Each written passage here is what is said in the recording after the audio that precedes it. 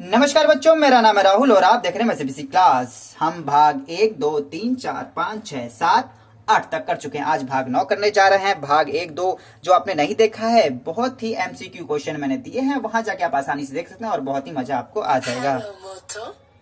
मेरा फोन मेरे पास भी रहता है, कह रहा मैं हेलो मोटो, इसको भी बात बोल दो हेलो। ठीक है, तो हम कौन कौन से कर चुके हैं? संसाधन विकास भाग 3, जल संसाधन कर चुके हैं, कृषि कर चुके हैं, शक्ति साझा कर चुके हैं, संघवाद भाग 7 में 29 एमसीक्यू किए थे। विकास में हमने अभी पिछली वीडियो जो हमने की थी विकास भाग 8 एमसीक्यू 20। अब भाग 9 करने जा रहे हैं। इसका हम कौन सा भाग 9, और इसमें होंगे कम से कम 20 तो नहीं होंगे यार, 20 से कम ही होंगे, 15 ही क्वेश्चन बचेंगे, 15 प्लस एमसीक्यू होंगे इसमें। ठीक है, तो ये छोटा सा है और जल्दी ही समाप्त हो जाएगा। तो चलिए स्टार्ट करते हैं। पेज नंबर 92 पे जल्दी से फटाक से खोल लेते हैं। ठीक है, तो ये रहा विकास। ये इसकी नोट्स अगर आपको नहीं मिली तो मैथमेटिक्स क्लास टेलीग्राम ज्वाइन कर सकते हैं। पीडीएफ बनाने थोड़ा समय लग सकता है, अगर नहीं मिली होगी तो थोड़े समय के बाद मिल जाएगी। ठीक है, तो ये रहे संपूर्ण पाठ पर आधारित प्रश्न। अगर आपके कमेंट में आपका जवाब नहीं मिल पाया है तो यहाँ से आप देख सकते हैं मैंने कौन सा आंसर होगा, कौन कौन सा होमवर्क ये दिया था ना। इस वाले में आपका केरल था, जिन प्यारे बच्चों ने केरल टिक किया था, बहुत ही बिल्कुल प्यारे बच्चों आपका सही था। और आपका ये है 15वां। ठीक है, इसमें है आपका 94%। ठीक है, कई बच्चे 99 कह रहे थे, 99 नहीं है भैया, 17-18 में 94% थी आपकी। कितनी? 94%। और आपका ये आपका एक कमेंट में दिया गया, तो होमवर्क में थे 18। ठीक है, तो जो इसका आंसर है वो आपका $25 दिया गया था। कौन सा? $25 के बराबर या उससे कम। और ये आपका लास्ट में ये तो आंसर नहीं तो बता ही गया था। क्वेश्चन नंबर 20 समाप्त हो गए। तो आज क्वेश्चन नंबर 21 पे चलते हैं। उम्मीद है जो पीछे के आपके क्वेश्चन डाउट होंगे वो हमने आसानी से बता दिए। प्रश्न नंबर 21, निम्नलिखित में से किसे औसत आय भी कहा जाता है? ये आपने पिछली बार क्वेश्चन देख भी लिया था। अगर आप आंसर बता सकते हैं तो जरूर बताइएगा। तो इसका आंसर हो जाएगा प्रति व्यक्ति आय। औसत आय को प्रति व्यक्ति आय भी कहते हैं। और आपने देखा था ना जी, औसत आय असमानताएं होती है और किसे? क्योंकि प्रति व्यक्ति आय होती है। ठीक है, तो और राष्ट्र की आय तो नहीं होगी। ठीक है, और कुल आय भी नहीं होती, उपरोक्त में से सभी, ऐसा कुछ भी नहीं है। क्वेश्चन नंबर 22 पे आ जाते हैं। क्वेश्चन नंबर जो 22 है, किसी व्यक्ति के विकास से तात्पर्य है किसी व्यक्ति की विकास से तात्पर्य है मानसिक विकास, शारीरिक विकास, आध्यात्मिक विकास, समग्र विकास। आप बताइए इसमें क्या होगा? ये भी आपके मैं टेलीग्राम पे और या यूट्यूब कमेंट में COMMENT कमेंट करके आप बता सकते हैं। इसका भी आपको कमेंट करना है। पिछली बार भी देख लिया होगा, आंसर तो आपको याद भी हो गया होगा। चलिए क्वेश्चन नंबर 23 पे आते हैं। क्वेश्चन नंबर 23 किस प्रकार से है? लोगों के अलग अलग विकास लक्ष्य हो सकते हैं। एक के लिए विकास क्या है, दूसरे के लिए यह डैश भी हो सकता है। मतलब सबके लिए अलग अलग मतलब हो सकता है आपका। ठीक है, तो विनाशकारी, रचनात्मक, समान, बराबर। तो ये मेरे को तो सभी कुछ लग रहा है। तो रचनात्मक विकास, मैं इसमें विनाशकारी पर टिक लगाना चाहूंगा। अगर किसी का जो मतलब विकास होता है तो किसी के लिए नुकसान फल होता है। ठीक है, जैसे भारत के पास तरक्की कर रहा है तो पाकिस्तान को दिक्कत हो रही है। ठीक है, तो ये हो सकता है, किसी का फायदा तो किसी का नुकसान। बिहार की साक्षरता दर है, बिहार सबसे कम साक्षरता दर में है। तो अरे भैया हर बार ये बोलते रहते हैं, कितने मैसेज आते हैं मेरे पास। बिहार की साक्षरता दर है 40%, 62%, 50%, 75%। तो ये आपका होगा कौन सी है? ये आपका है, चलिए इसे भी मैं आपको उस पे दे देता हूँ। कौन से पे? टेलीग्राम पर या कमेंट पर। होमवर्क नाम कमेंट, क्या होमवर्क कमेंट करके जरूर बताइएगा।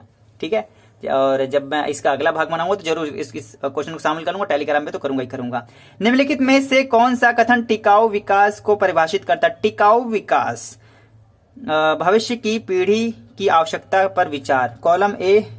अच्छा भी 25 के बाद कहाँ चला गया? 25 के बाद यहाँ पे है, मैं कह रहा हूँ कॉलम में, कॉलम भी यहाँ पे भैया, यहाँ पे। ठीक है, भविष्य की पीढ़ी की आवश्यकता पर विचार किए बिना प्राकृतिक संसाधनों का सतत उपयोग। अच्छा, टिकाऊ विकास की परिभाषा पूछ रहा है। पहला तो बिल्कुल गलत हो जाएगा। ठीक है, भविष्य का तो हमें सोचना पड़ेगा ना, आने वाली पीढ़ियों के लिए। वर्तमान पीढ़ी भविष्य की पीढ़ी की जरूरतों पर विचार करते हुए अपनी जरूरतों को ध्यान पूरा करती। अरे वाह, फ्यूचर को देखते हुए आने वाली नस्लों के लिए भी बचा के रखना चाहिए। इसका अर्थ है कि अतीत, वर्तमान और आने वाली पीढ़ी द्वारा प्राकृतिक संसाधन का उपयोग गलत। वर्तमान पीढ़ी की जरूरत पूरी न होने पर भी आने वाली पीढ़ी की जरूरतों को पूरा करना। अरे भैया, ऐसा भी कोई कंजूस नहीं होता कि हमारी जरूरत तो पूरी हो ना हो, भविष्य वाले की हो जाए, हमारी ना हो। ये बिल्कुल भी नहीं है भैया, पहले अपनी हम करते हैं और इतनी भी करते हैं कि हमारी काम चल जाए, ठीक है। और इतना भी दोहन नहीं करते कि एकदम आने वाली को खत्म हो जाए। तो इसका आंसर ख बिल्कुल सही है। प्रश्न नंबर हम चलते हैं 26 पर। प्रश्न नंबर 26 है, कॉलम ए को कॉलम बी से मिलाएं। कॉलम ए कॉलम बी, भूमिहीन मजदूर, इसमें मिलाना है पंजाब के समृद्ध किसान, नर्मदा घाटी का एक आदिवासी, शहरी नौकरी पेशा युवा, ठीक है। तो भूमिहीन मजदूर बेहतर नौकरी का अवसर, बेहतर मजदूरी, ठीक है। उच्च परिवार आय, आजीविका से बेहतर संसाधन नहीं। भूमिहीन मजदूर बेहतर मजदूरी कर सकता है, ठीक है। और इस वाले पंजाब के समृद्ध किसान, तो इसका होगा बेहतर नौकरी के अवसर। कोई मतलब नहीं, जो समृद्ध किसान नौकरी क्यों करेगा। उच्च पारिवारिक आय, आजीविका के बेहतर संसाधन, तो आय ज्यादा होगी। समृद्ध का मतलब किसी चीज की कमी नहीं, ठीक है। तो ये दूसरे का सी हो जाएगा आपका। नर्मदा घाटी का एक आदिवासी, आजीविका से बेहतर संसाधन, बेहतर नौकरी का अवसर, शहरी नौकरी पेशा युवा, बेहतर नौकरी का अवसर, ठीक है। तो ये वाला डाउट में चला था, तो ये इस वाले को मिला देते हैं और ये वाला डी से मिल जाएगा। तो फर्स्ट का बी बी, सेकंड का सी, ये मिला बी सी, ये मिल गया, सी यहाँ पे भी है। ये दोनों सही चल रहे हैं अभी। और आपका थर्ड का मैं लास्ट वाला ये मिला लूँ, चौथे का ए, तो ये वाला सही चल रहा है, ठीक है, ये सही है। तो इसका आंसर ख बिल्कुल सही है। अरे यार, आप लोगों को दिख नहीं रहा था ना, सॉरी। चलिए क्वेश्चन नंबर 27 पे आ जाते हैं। क्वेश्चन नंबर 27 है, निम्नलिखित में से गलत विकल्प का चयन कीजिए। गलत विकल्प, कौन सा विकल्प चयन करना है आपको? गलत विकल्प का चयन करना है, ठीक है। तो शिशु मृत्यु दर उस विशेष वर्ष में पैदा हुए 1000 जीवित बच्चों के अनुपात के रूप में 1 वर्ष की आयु में से पहले मरने वाले बच्चों की जनसंख्या, ये बिल्कुल सही है। साक्षरता दर दिख रहा है बच्चों, अब सही है ना? हाँ, साक्षरता दर 7 और उससे अधिक आयु वर्ग के साक्षर जनसंख्या का अनुपात को मापता है, ठीक है, ये भी सही है। क्वेश्चन नंबर चलते, क्वेश्चन नहीं, ऑप्शन नंबर तीसरे पर, शुद्ध उपस्थित अनुपात समान आयु वर्ग के बच्चों की कुल संख्या के प्रतिशत के रूप में स्कूल जाने वाली 6 से 10 आयु वर्ग के बीच के बच्चों की संख्या, शुद्ध उपस्थित अनुपात, ये ठीक है। प्रति व्यक्ति आय एक देश में सभी व्यक्तियों की कुल आय, ये गलत बात है। अभी हमने पिछले जो ऑप्शन पढ़ा था यही तो ऑप्शन था, लेकिन उसमें हमने टिक नहीं किया था, ठीक है। प्रश्न नंबर 28 पे आ जाते हैं। प्रश्न नंबर 28 किस प्रकार से आपका, पैसा उस सभी वस्तुओं और सुविधाओं को नहीं खरीद सकता। ध्यान से पढ़िए प्यारे बच्चों, पैसे की बात कर, रुपए की बात नहीं कर रहा है, ठीक है, थोड़ा सा मजाक था। पैसा उन सभी वस्तुओं और सुविधाओं को नहीं खरीद सकता जिनकी हमें एक अच्छा जीवन जीने के लिए आवश्यकता होती है। कि पूछ नहीं रहा, बता रहा है, स्टेटमेंट कह रहा है। अच्छे जीवन के लिए आवश्यक चीजों की सूची नीचे दी गई, इसमें से कौन सी निम्नलिखित वस्तु है जो पैसे से नहीं खरीदी जा सकती? जो चीज पैसा, रुपया है या डॉलर या पाउंड, इन सभी चीजों से नहीं खरीदी जा सकती। हाँ, संक्रामक रोगों से पूर्ण सुरक्षा, अच्छा जी, अच्छा, नहीं खरीदी जा सकती, तो ठीक है। पहले और देख लेते हैं, उच्च गुणवत्ता शिक्षा। अरे यार, ये तो पैसों से खरीद लेते हैं यार, जिनके पास, देखो आप लोगों के पास तो छोटा सा फोन होगा, ठीक है, उसी फोन में आप भी पढ़ रहे हो, भाई भी पढ़ रहे, बहन भी पढ़ रहे हैं, ठीक है। लेकिन किसी किसी घर पे तो लैपटॉप कंप्यूटर अलग से दे रखा है भैया, अलग ही सीन है, वाईफाई लगवा रखा है। तो शिक्षा में तो थोड़ी सी गुणवत्ता बढ़ जाती है, पैसों की वजह से अच्छी हो जाती है शिक्षा। एक लग्जरी आलिशान घर, पैसा है तो लोग रोटी कपड़ा और मकान लास्ट में आ जाते हैं, मकान, अच्छा सा मकान दिखना चाहिए, ठीक है, तो नहीं खरीद सकते। तो आपका संक्रामक रोगों से पूर्ण सुरक्षा, बिल्कुल संक्रामक रोगों से पूर्ण सुरक्षा आप बिल्कुल भी नहीं खरीद सकते पैसों से। देश के हर हिस्से में प्रदूषण मुक्त वातावरण, पर्यावरण पैसों से नहीं किया जा सकता। तो पहला और चौथा बिल्कुल सही है, पहला पहला और चौथा बिल्कुल इसका आंसर हो जाएगा घ। देखा, तो पैसों से बहुत कुछ चीजें अभी भी नहीं खरीदी जा सकती। अभी क्या, हमेशा 15 वर्षीय आयु का व्यक्ति अधिक वजन का होता है जब BMI डैश डैश डैश से अधिक होता है। BMI याद है, पिछली वीडियो में मैंने बताया था। प्यारे बच्चों, अगर आपको याद है तो इसका फुल फॉर्म कमेंट में जरूर लिख के बताइएगा। ठीक है, BMI से अधिक होता है तो कितने से अधिक होगा? तो 28, 10, 20, 25, 28, तो उसका आंसर है 28। क्वेश्चन नंबर 30 पे आते हैं। टिकाऊ विकास डैश डैश डैश के अधिक उपयोग पर केंद्रित है। तो गैर नवीनीकरण संसाधन, नवीनीकरणीय अक्षय संसाधन, प्राकृतिक संसाधन, अजैविक संसाधन। तो इसका होगा नवीनीकरण अक्षय संसाधन। ठीक है, क्वेश्चन नंबर 30 के बाद क्वेश्चन नंबर 31। आज आप लोगों को होमवर्क मिला था कि नहीं? एक दिया था मैंने, हाँ दिया तो है। भूमिहीन ग्रामीण मजदूर के लिए निम्नलिखित में से कौन सा विकास लक्ष्य होने की सबसे अधिक संभावना है? क्वेश्चन ध्यान से पढ़िए, क्योंकि स्पेशल व्यक्ति के लिए कहा गया है भूमिहीन ग्रामीण मजदूरों के लिए निम्नलिखित में से कौन सा विकास लक्ष्य होने की सबसे अधिक संभावना। कौन सा विकास लक्ष्य होगा? तो 36 का जो ये रहा, ये काम से कम दिन, उच्च साक्षरता दर, बढ़ती हुई मजदूरी, बच्चों को विदेश में बसाना। अबे देखो, बच्चों को विदेश में बसाना तो किसी भी कीमत पे नहीं हो सकता। ठीक है, काम से कम दिन, जी बिल्कुल नहीं चाहेगा वो।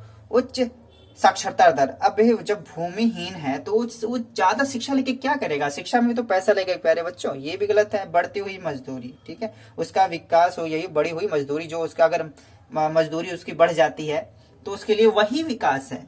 ठीक है, तो क्वेश्चन नंबर 31 के बाद 32 पे आ जाते हैं। क्वेश्चन नंबर 32 है, मानव विकास रिपोर्ट डैश डैश डैश द्वारा प्रकाशित होता है। तो ये प्यारे बच्चों आपको आंसर बताना है। ठीक है, मैंने आपको पिछली बार भी बताया था, सबका फुल फॉर्म बताया था, UNDP का भी, वर्ल्ड बैंक तो क्या होता है, और सबकी फुल फॉर्म भी एक बार देख लेते हैं। UNDP United Nation development programme, world bank UNO United Nation organisation, UNESCO UNESCO। ठीक है, यूनेस्को का होता है आपका United Nation educational scientific and cultural organisation. ठीक है, तो इसमें जो आपका आंसर हो जाएगा मानव विकास रिपोर्ट डैश डैश द्वारा प्रकाशित होता है। तो मानव विकास, तो ये भी आपका बच्चों, प्यारे बच्चों, मैं होमवर्क में देता हूँ, कमेंट करके जरूर बताइएगा, क्योंकि पिछले वीडियो हम ये कर चुके हैं और टेलीग्राम पे तो पूछा ही जाएगा। क्वेश्चन नंबर 33, और अगली वीडियो में इसका आंसर भी बता दूंगा। किसी देश का विकास सामान्यतः किसके द्वारा निर्धारित किया जा सकता है? किसके द्वारा निर्धारित किया जा सकता है?